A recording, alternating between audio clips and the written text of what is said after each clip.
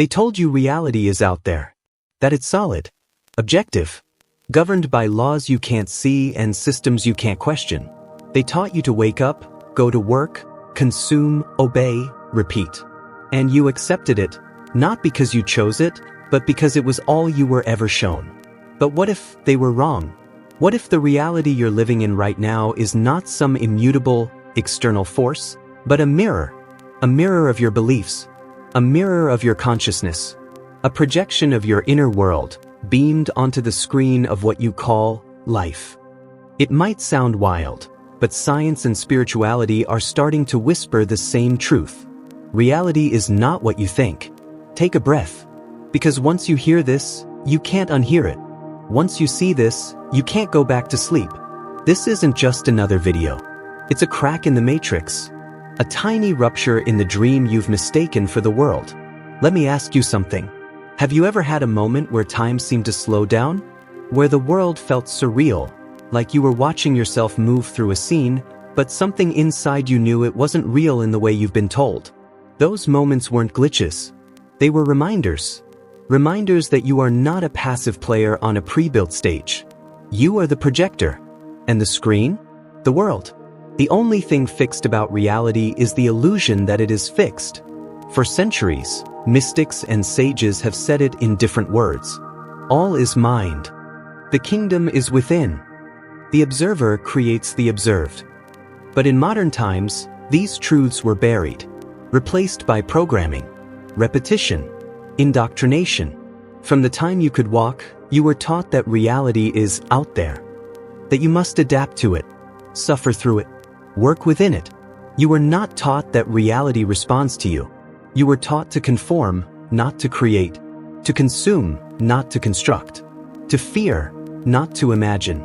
And so, you became a bystander in your own life.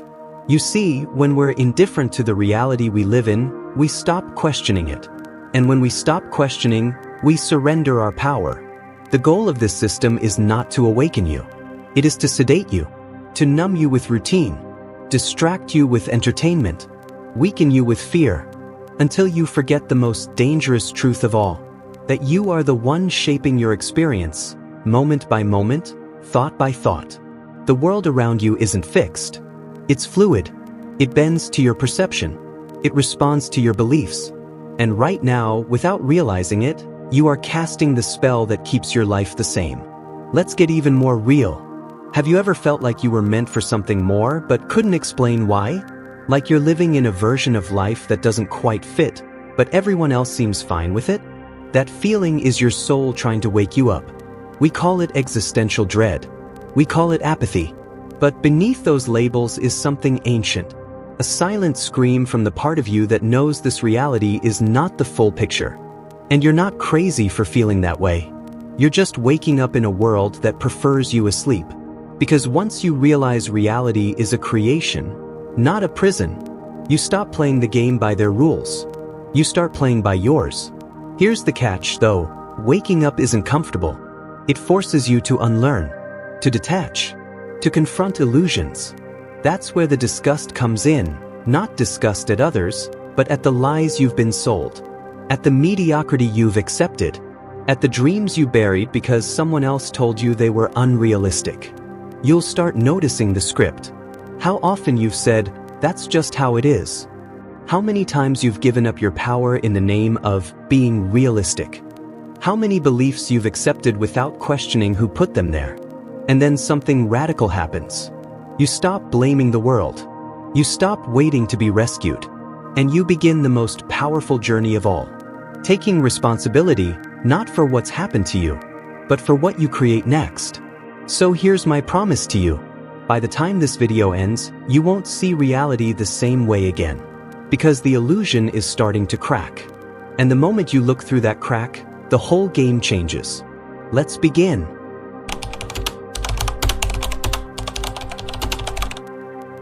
Let's be honest.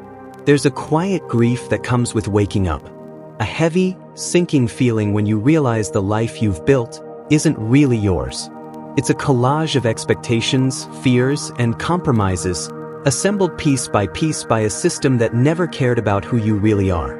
You didn't choose this script. It was handed to you. And now, even if everything looks normal on the outside, something feels off inside. You're not alone.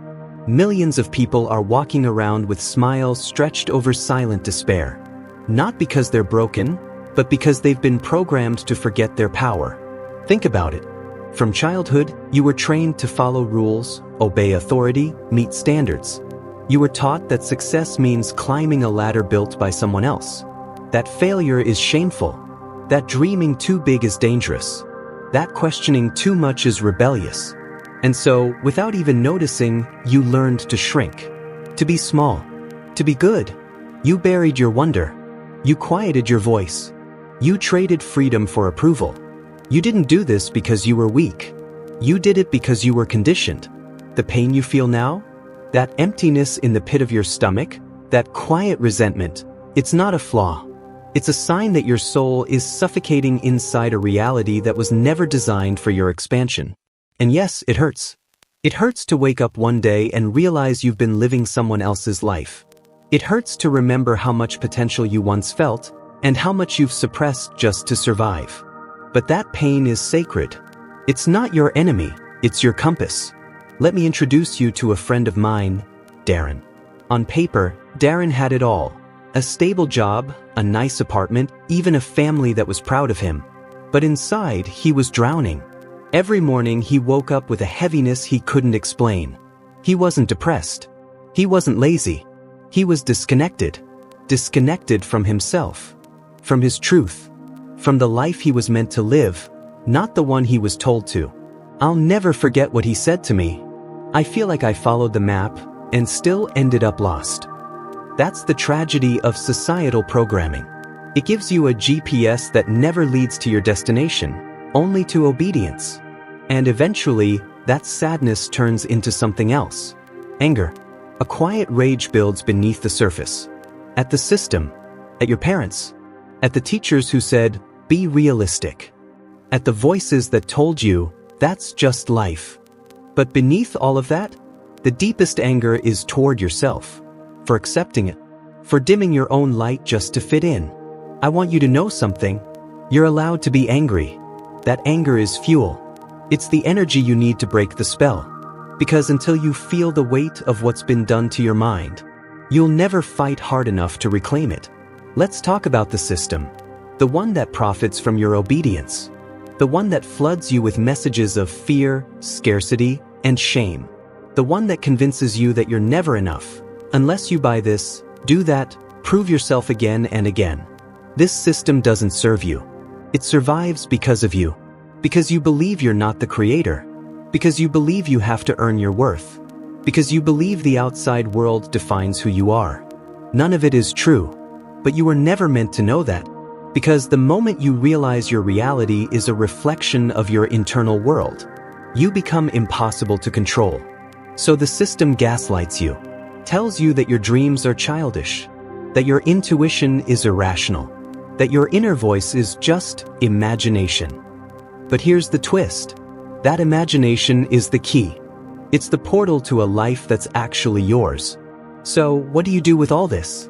You grieve. You let yourself mourn the years you lost to false beliefs. You feel the disappointment, not to wallow in it, but to move through it. You cry if you need to. You scream if you have to. Because in that release, something breaks open. A fire. A rebellion. Not against the world, but for yourself. You begin to remember. You were not born to conform. You were born to create. You were not born to follow. You were born to lead your own life. Let me leave you with this. The sadness you feel right now, that deep, aching loss, is not weakness. It's awareness. And the anger rising behind it? That's your soul waking up. Don't numb it. Don't suppress it. Don't rationalize it. Feel it. Honor it. Then let it guide you. Because on the other side of that pain is the truth. And the truth is, you were never broken. You were programmed. But now, you get to reprogram. You get to choose.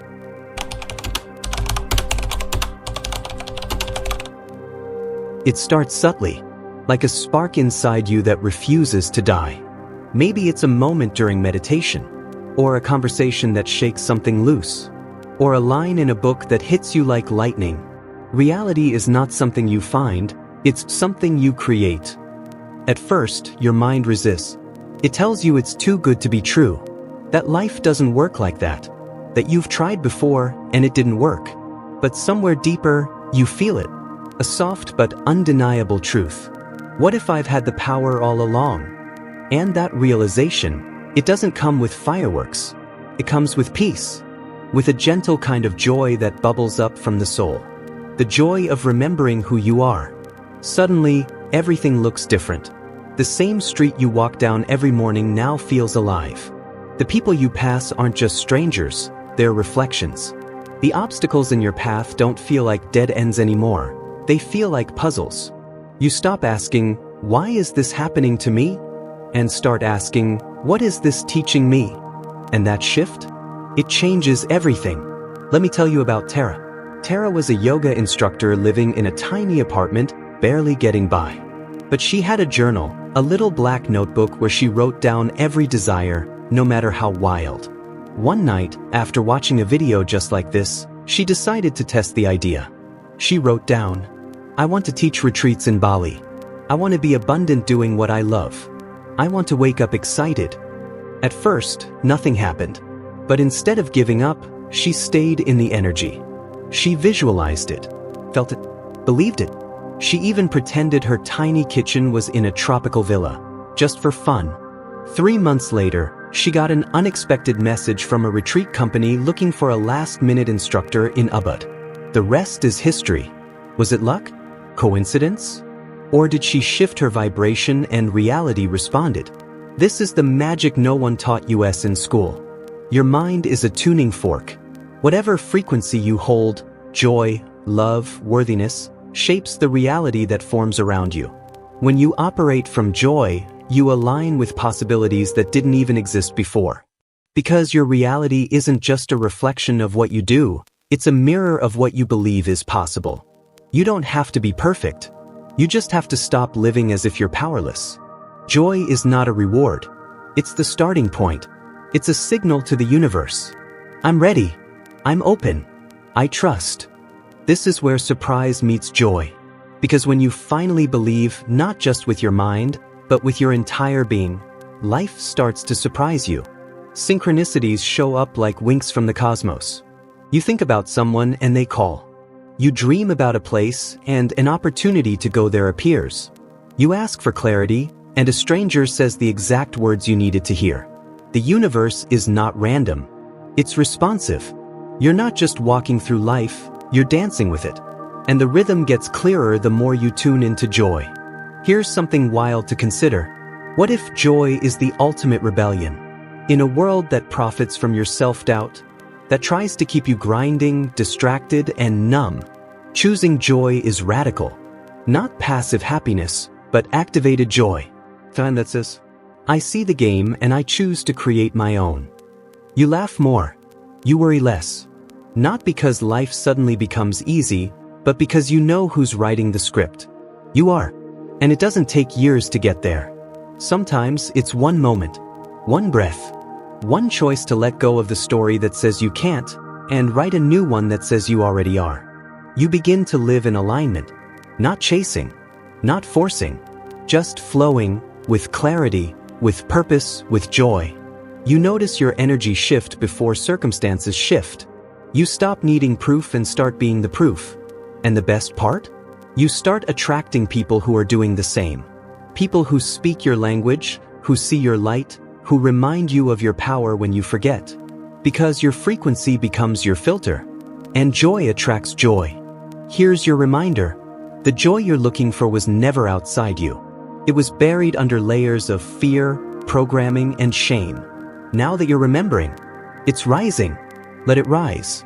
Smile without reason. Visualize without limits. Laugh at how long you believed you were powerless. Because you're not. You never were. You were just asleep. And now, you're awake.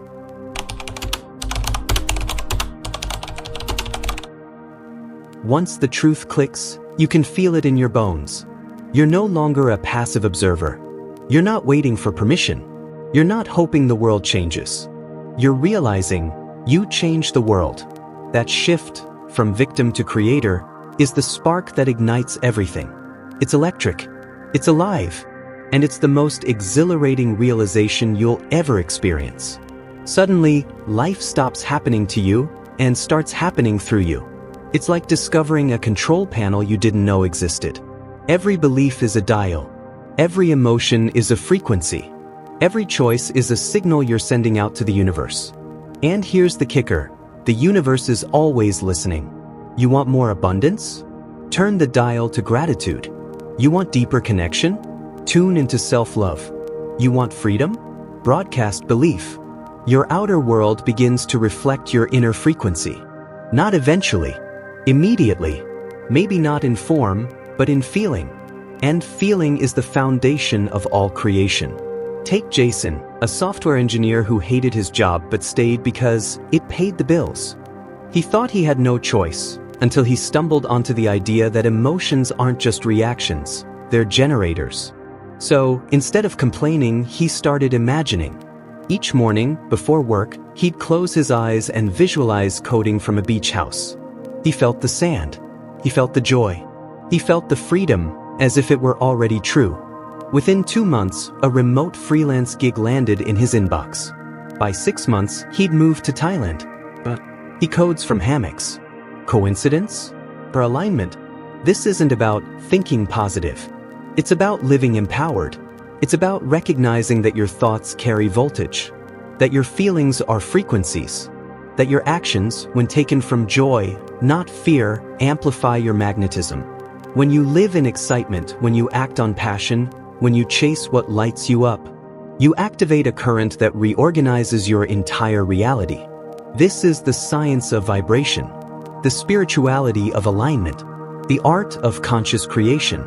You've been taught that success takes struggle, that effort is king, that you have to sacrifice your joy to build your dreams. But the opposite is true. You don't build dreams through sacrifice. You build them through alignment.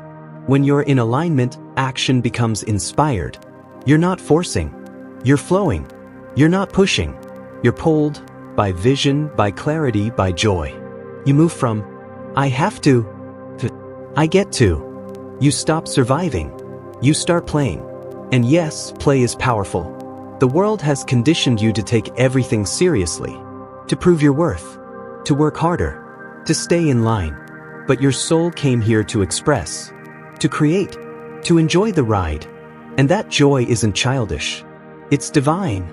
The more joy you embody, the more magnetic you become. Opportunities chase you. People gravitate to you. Life starts to mirror the excitement you radiate.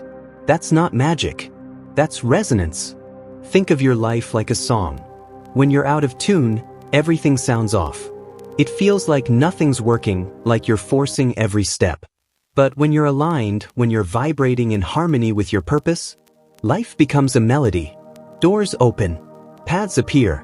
The right people show up at the perfect time. You don't chase the song. You become it. So what does this look like in real time? It looks like trusting the pull. If something excites you, even if it makes no logical sense, follow it. Excitement is not random. It's your compass. It's your soul whispering, go this way. Start small. Say yes to that idea that keeps nagging at you. Take one step toward the dream that never left your heart. Spend 5 minutes a day doing something that lights you up. You don't have to leap off cliffs. You just have to move in the direction of joy. And trust, fully, that life will rise up to meet you. The beautiful truth is, this world isn't static. It's responsive. It's intelligent. It's alive. And it's waiting for you to engage with it on purpose. Once you start, you'll wonder why you ever waited. So ask yourself now, what excites me? What have I been postponing because it didn't feel practical? What would I do today if I believed the universe supported me fully? Whatever that is, do it. Don't wait. Not because time is running out, but because you're already ready. The moment you give yourself permission to follow your joy, you ignite the blueprint of your most authentic life. And that's where miracles happen.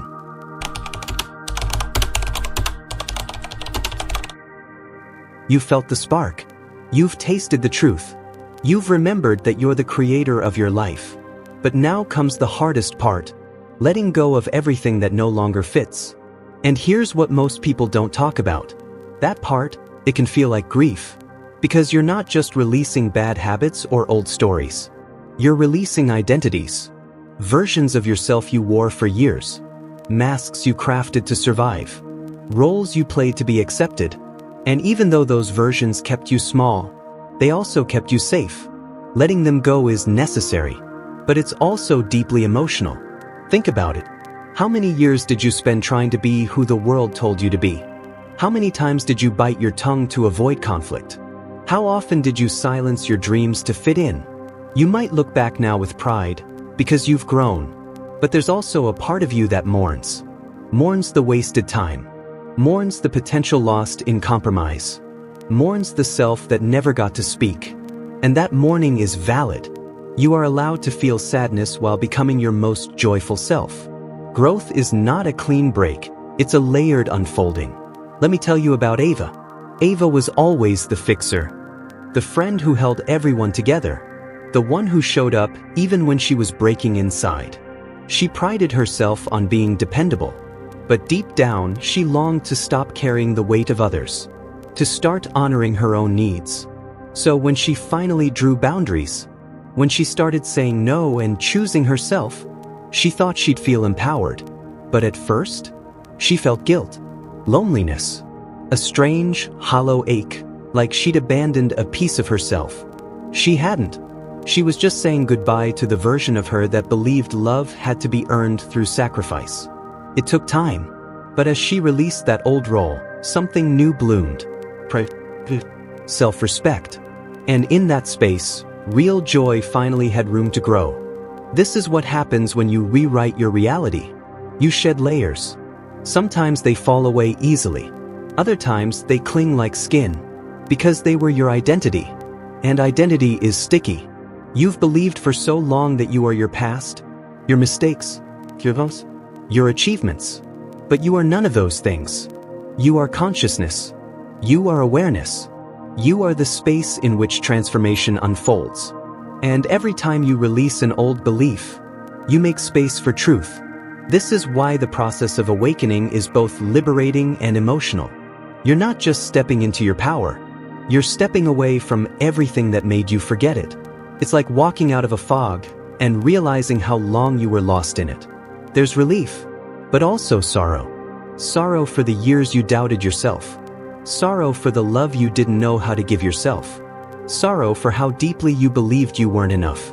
But here's the miracle. That sorrow becomes sacred fuel. Every tear, every regret, every ache becomes a blessing when it leads you home. And when you look in the mirror now, you start to see it. Not just a better version of you, but a truer one. You notice the small shifts. You speak softer to yourself. You stand taller. You make choices that feel aligned, not out of fear, but from inner knowing. You don't need to perform anymore. You don't need to impress anyone. You just need to be. And that is freedom. The real kind. Here's the truth. Transformation doesn't always feel triumphant. Sometimes it feels like sitting in the quiet, staring at the ashes of who you used to be, and whispering, "Thank you, but I don't need you anymore." That's a holy moment. And if you're in that space right now, I want you to know, you are not broken. You are becoming. Be gentle with yourself. Celebrate how far you've come. Hold compassion for the parts that are still catching up. And most of all, be proud, because it takes courage to let go. To choose growth over comfort. To choose your truth over their approval. You've done that. You're doing that. And you're not alone.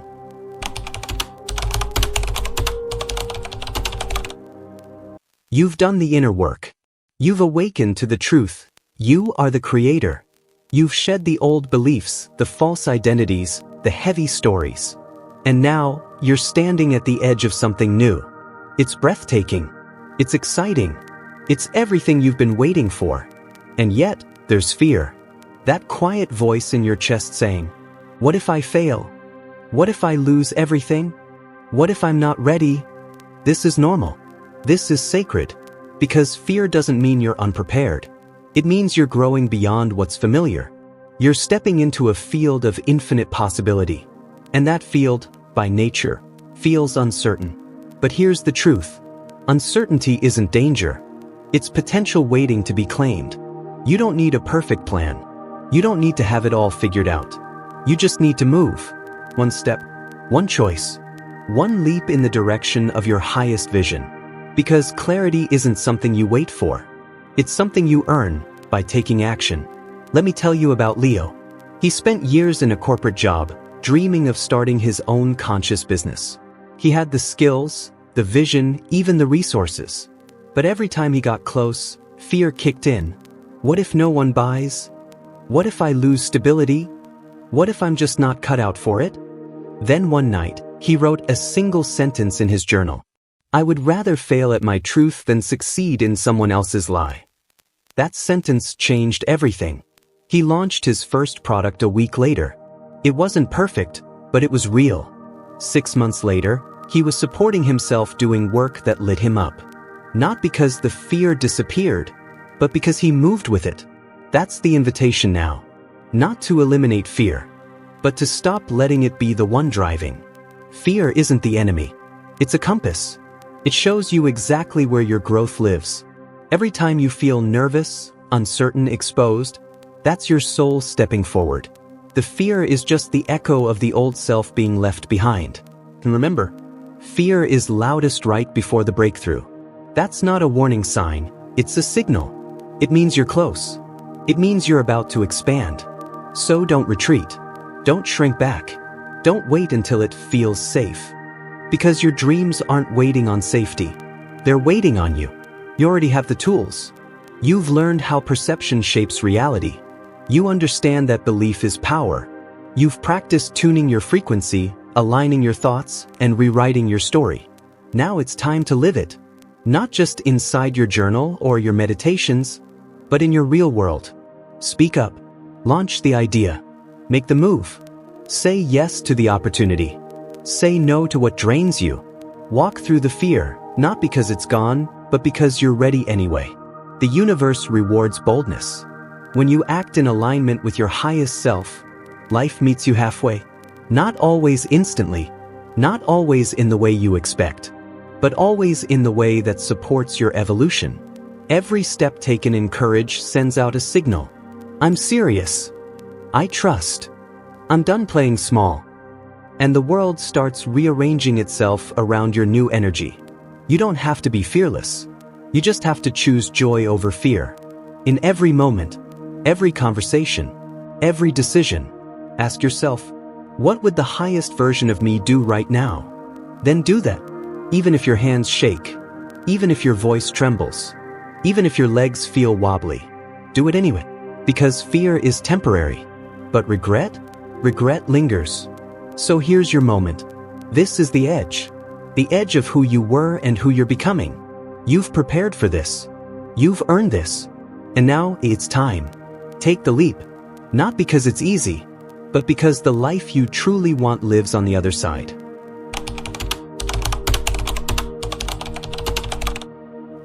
You made it. Not to the finish line, but to this moment. This now. This version of you that thinks differently, feels more deeply, and walks through life with open eyes. You've come farther than you realize. And even if you still have doubts, even if some fears still whisper, you are no longer the person who once felt powerless. You are no longer asleep. You've stared down old patterns. You've dismantled limiting beliefs. You've chosen alignment over approval. You've honored your truth even when it shook your voice. And that matters. That's everything. Because awakening isn't about being perfect. It's about being real. It's about standing in your truth, even when your knees are trembling.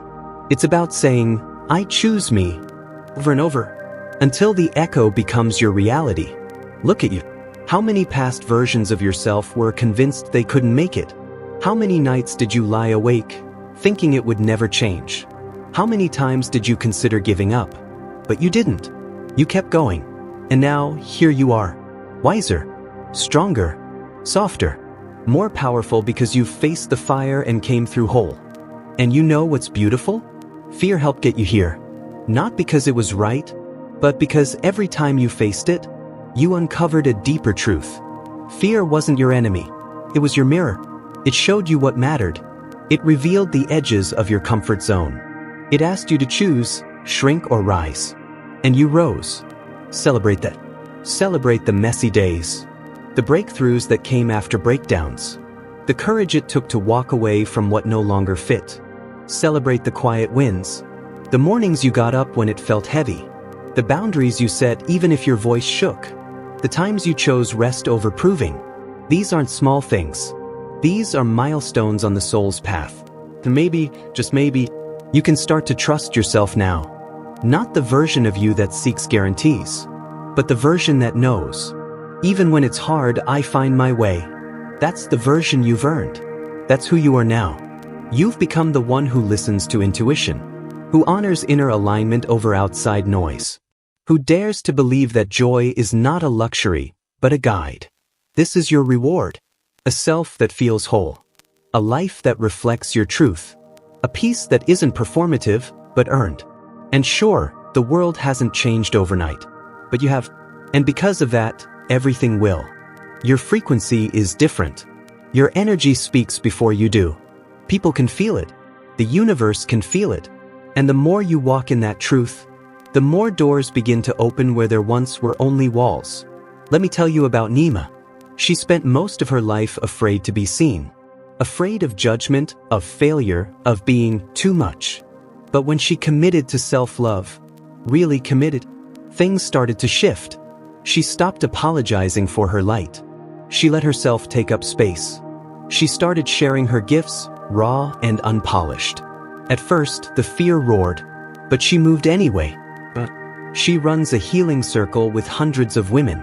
Not because she became someone else, but because she finally became herself.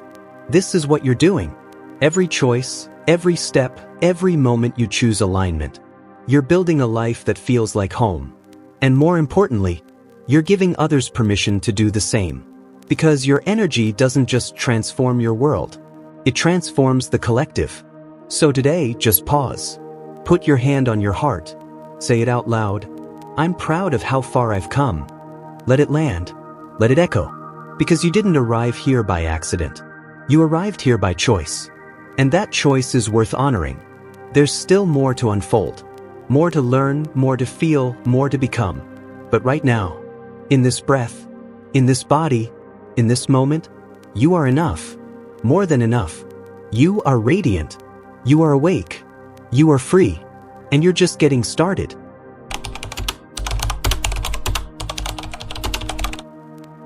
You've peeled back the layers. You've seen through the illusion.